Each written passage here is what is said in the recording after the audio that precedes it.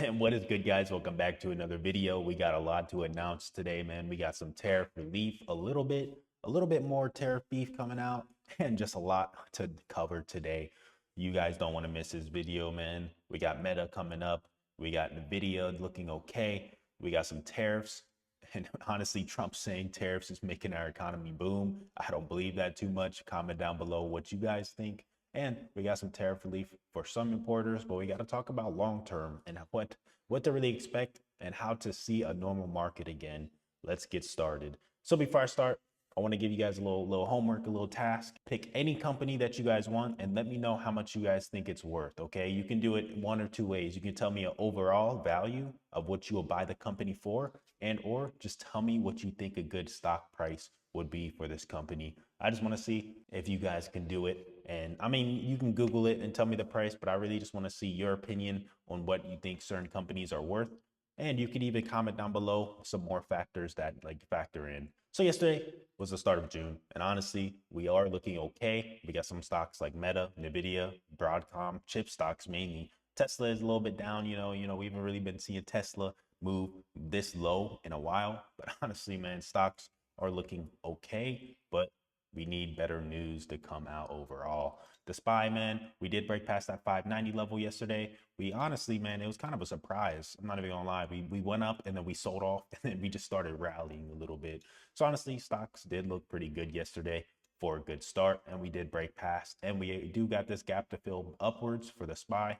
And honestly, it's mainly just testing that $600 level again. So we might be able to see that this week. So honestly, I'm very, very confident that we can maybe see that $600 level again, unless we get bad news. Another thing is Bitcoin, man. Bitcoin did break up to that 106, but honestly, man, Bitcoin hasn't really been looking as strong as it did before. So honestly, look at Bitcoin maybe to the downside and or breaking back up to the upside. Right now, we might be able to fill the gaps back up and or fill the gaps downwards. So keep Bitcoin on watch, especially stocks like MSTR, Coinbase, and IBIT on your radar for some trades, man. You can make a decent amount of money off of these, so keep these ones on the radar. Let's talk about some news. So people are saying that Alphabet can fall upwards of 25% in black swan event if judge orders Google Chrome to basically get out of Google. Honestly, they got to sell it basically. So keep Google on your radar, especially if this happens. You can probably make a lot of money to the downside and a lot of money to it rallying back up. If you guys want to take your trading to the next level, I made an option course. First link below. Check it out if you guys want. It's going to help you guys out. You guys will make your money back within the first trading day. Thank you. So we are slipping to the downside as Wall Street braces for renewed trade tensions, because trade tensions are coming back up. But we did get a little bit of a pause, honestly. So for the Chinese tariffs, it is paused until August 1st. So this did look pretty good overall. But honestly, man, just keep this on your radar overall, man, because honestly, trade tensions are coming back up. And he's kind of pushing for a trade even more, honestly, saying that, you have until this date. But China, EU tensions escalate as US pushes countries for deals. So they're basically pushing countries for deals. And honestly, I think this is probably the best thing ever, because honestly, I think this is amazing, as Trump would say himself. But only reason being is this little pause kind of made people really think like, yeah, it's short-term relief. But at the same time, man, I think we just need to know what the tariffs are going to be officially, so the markets can adjust. Because once we know what tariffs really are, we can see companies, upping their prices. You see Walmart, you've seen other companies up their prices already because of tariffs.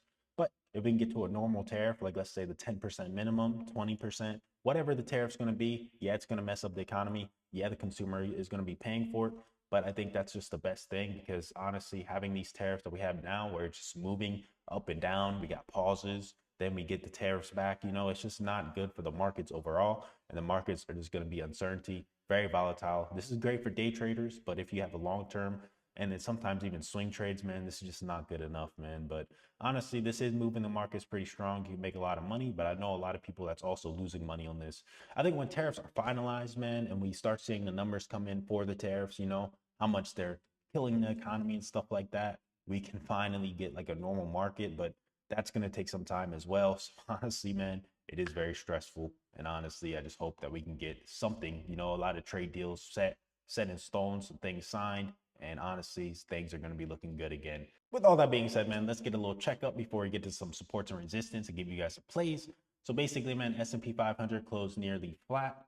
approximately 0.01%, reflecting a morning dip after rebound pattern. The Dow Jones hovered around 41,000 and the NASDAQ ranged at 17,800 and 18,000. The market experienced volatility driven trade policy concerns, basically just everything that's going on. The US market started the day under pressure due to headlines about US trade tensions. A better than expected S&P PMI initially pushed markets lower, but a worse than expected ISM index and construction spending data led to a recovery. So honestly, man, just up and down. Key drivers of tariff developments, ongoing trade tensions, particularly with China, continue to influence market sentiment. President Trump's social media comments suggest China had violated the trade agreement, but then we also got that from China too. Like I said in yesterday's video, we're kind of going back and forth on this. Technology stocks showed mixed performance with some pressure noted.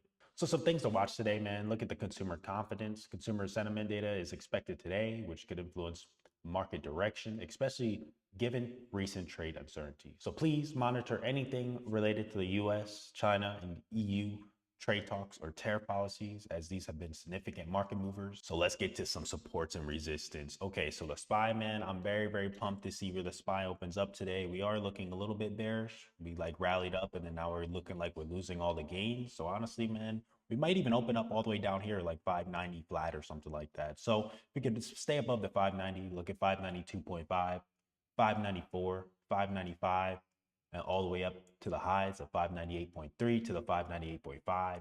And then after that, look at 600. If we can break above 600, that'd be great. But honestly, I think we'll break above it and then maybe come back down and or break above it and rally. Really just depends on what we're rallying on, you know. But to the downside, man, look at that 590. If we break below 590, look at 589, 588.5, and then that 585 to the 580 level for the SPY overall. Apple, man, Apple is looking a little bullish, but honestly, we could just go up, go down, go up, you know. Honestly, really just depends. We're still fighting the tariffs and stuff like that, but you got to understand that, you know, it's cheaper to eat the tariffs than to, you know, move to the US. It's just going to be way more expensive, way more time consuming and stuff like that for Apple overall. With that being said, to the upside, man, look at the 202. If we break above that, look at 203.5, 205, and all the way up to that 210 level for Apple, man. Hopefully we can see some movement with Apple, some true movement. To the downside, man, look at that 200. 200 is going to be key. Below the 200, look at 199, 189.5, 197, and then all the way down to the 195 level for Apple overall. Just have your patience with this one.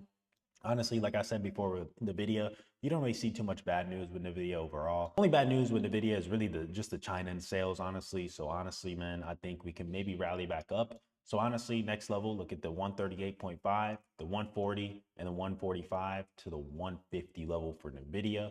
Honestly, I think the trade tensions is really affecting the stock a little bit, but honestly, man, we are coming back up. So the first gap that you want to see it fill is the 139.5. And if you could break above that, look at that 140 level. To the downside, man, look at 136.5, 135, 134.5, and then all the way down to the 133.5. Below that, look at 132 and then 130 for NVIDIA overall. Palantir, man, we did see a little bit of a rally. I was kind of pumped up at first, man. We seen like 135 almost, but it didn't break it, and then we sold off quickly after that. With that being said, man, we did get back up to the 132.5 level, so watch that next. If we can break above that, look at the 135. If we can finally break above the 135, look at the 140 level for Palantir. To the downside, if we do start selling off, we did get good deals, more deals basically, more government spending with Palantir, which honestly is news that moves Palantir up. But people are saying Palantir is looking more overvalued and stuff like that, so keep that on mind too. But to the downside, look at that 130. If we break below that, look at 128.5, 127.5, 125, and that 120 level. We're not going to move that fast in one day, but that's for the overall week, so keep that in mind.